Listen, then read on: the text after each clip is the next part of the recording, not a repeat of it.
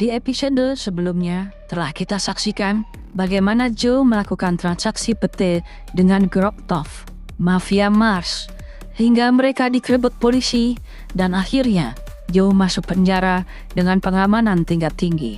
Baiklah, kini kita lanjutkan ke episode berikutnya.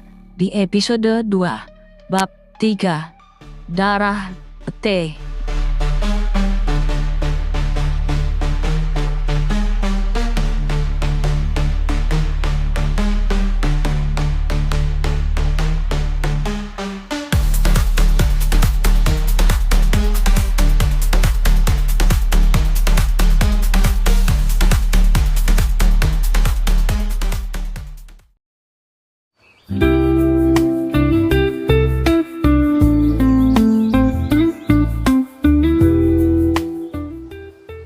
Puluhan tahun sebelum Joe ditangkap di Quintar Bay, di pedalaman tropis bumi, tersembunyi dari satelit dan penciuman makhluk normal, ada satu wilayah eksklusif yang tak bisa ditemukan di Google Maps, hanya bisa dicium.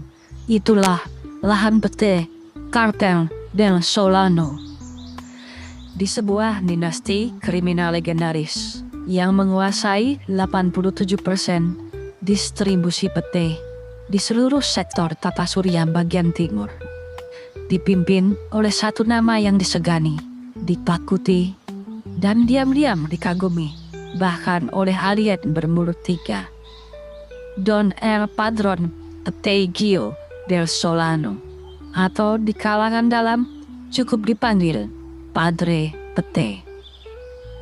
Ia adalah pemimpin Kartel del Solano, Raja Roma, dan ayah dari 2 anak laki-laki. Anacon del Solano, anak sulung, serius dan penuh strategi. Joe del Solano, anak kedua, santai, flamboyan, tukang ngakalin guru les sejak TK. Di kebun pete milik keluarga del Solano, yang dijaga ratusan pria bersenjata, bukan untuk menghalau polisi, tapi menghalau tikus muntan dan wartawan. 2 bocah berlari-lari di antara pohon pete yang menjulang gagah. Dari balkon rumah besar bergaya kolonial, duduklah Padre Pete, mengenakan jubah gelap, dengan topi petani Amerika dan rokok linting aroma kopi.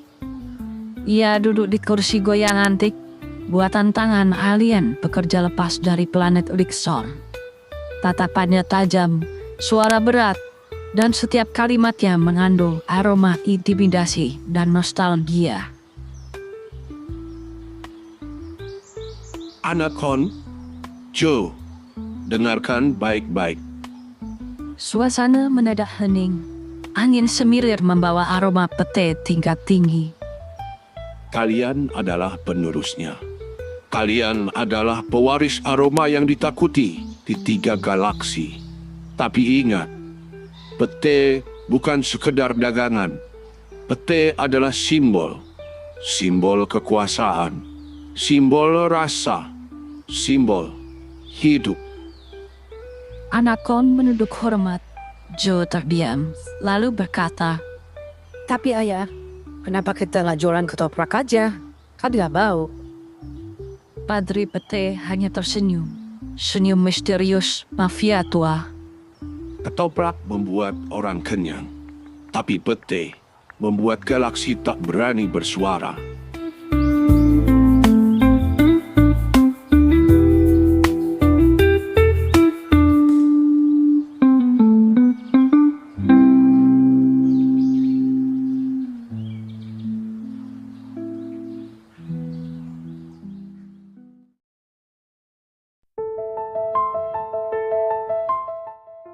Lima 15 tahun kemudian,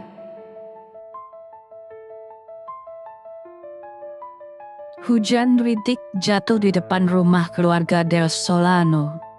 Langit muram, burung-burung pergi, ikan dalam akuarium pun menempelkan tulisan, "Keluarin kita please." Di dalam rumah, suara isak tangis tertahan. Satu peti mati besar terbuka.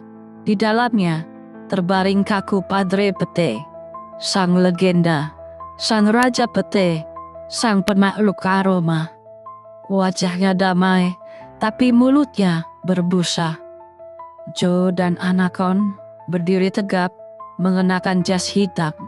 Di sebelah mereka, sebuah mangkuk pete utuh diletakkan dengan dupa dan tisu di dekat peti jenazah. Lalu Joe berbisik. Dia meninggal pas makan pete? Anakon mengangguk pelan. Overdosis 47 biji tanpa nasi. Tapi, Lanjut Anakon sambil mengepalkan tangan. aku tidak percaya ini murni kecelakaan. Ini racun. Ini kerjaan kartel lain. Joe yang sudah hafal sifat kakaknya hanya menggumam. Mulai deh teori konspirasinya. Namun, Anakin sudah terbakar dendam. Beberapa hari kemudian, kota kecil San Cendolito berubah menjadi lahan peperangan antar geng pete. Baku tembak meletus. Kartel Del Solano versus kartel Lagondesa. Peluru berterbangan, pohon pete tumbang, dan satu warung mie ayam ikut kebakar, padahal tutup.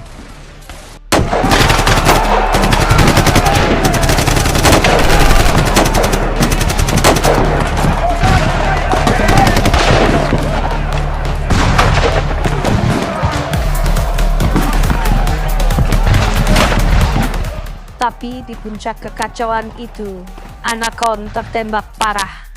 Wajahnya terbakar, dadanya berlubang, giginya tak jelas mana yang asli, mana yang pete.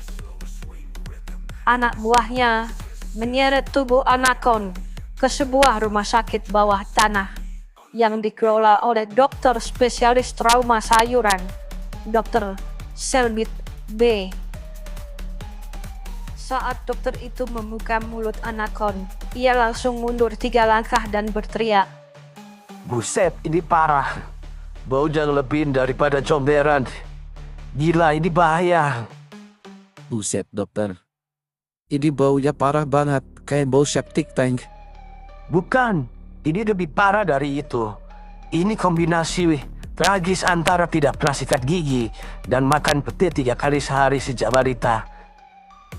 Laporan medis tertulis, rahang retak akibat kunyahan pete berlebihan. Gusi tumbuh daun, gigi geraham hampir berubah menjadi biji pete utuh.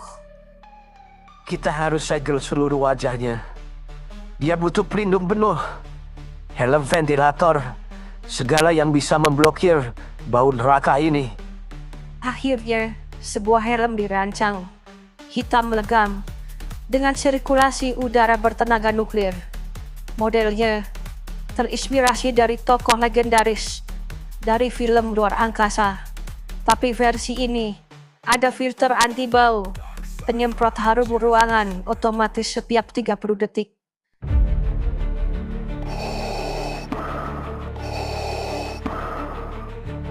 Anakon bangkit perlahan dari ranjang medis. Kabut kehijauan menyebar ke seluruh ruangan. 3 suster pingsan, 1 meledak dari dalam karena terlalu dekat dengan uap nafas pertama. Anakon berdiri tegak, tangan mengepal, nafas berat. Namaku bukan lagi Anakon. Sekarang namaku adalah Don Vader.